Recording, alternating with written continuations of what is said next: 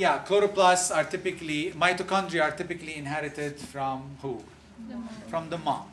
Chloroplasts are typically inherited. Where do we inherit our chloroplasts from?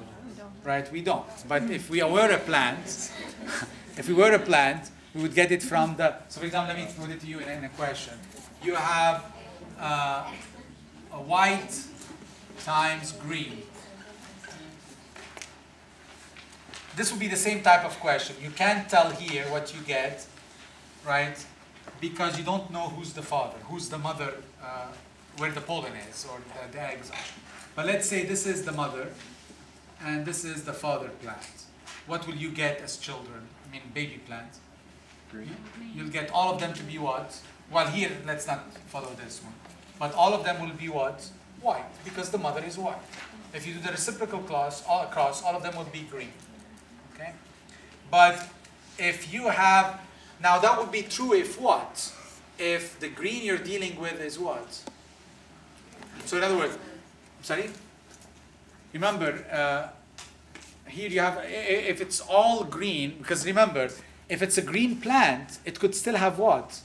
It could still have white chloroplasts. So you have to assume it is what? Homoplasmic, or homoplasmic, which is the same thing as homozygous, really.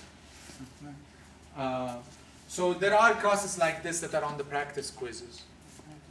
Let me do a quick mitochondrial.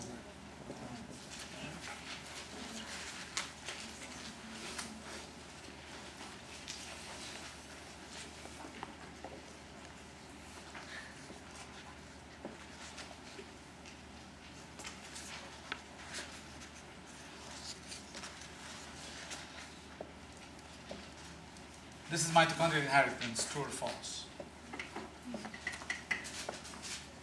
I can't circle them more.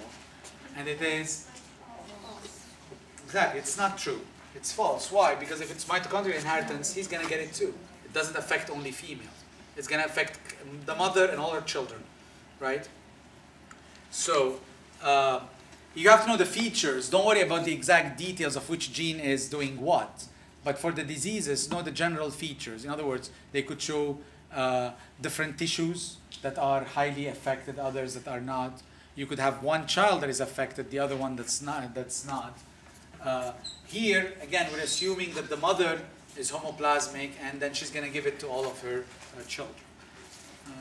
There is leakage, and you do have to know the 2 or 3 proteins that we mentioned. Ubiquitin is how maternal mitochondrial DNA from the father is ultimately destroyed.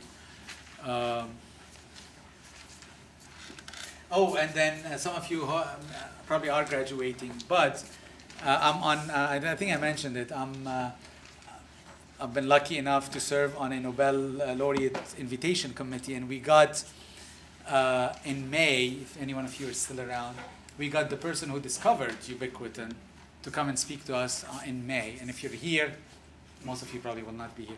Next year we got Kornberg too to come. So, but anyway, I digress. Let's see what else. Maybe just the last 5 or so. I mean, I can stay a little bit later, but let me go through population genetics just to touch on the big events.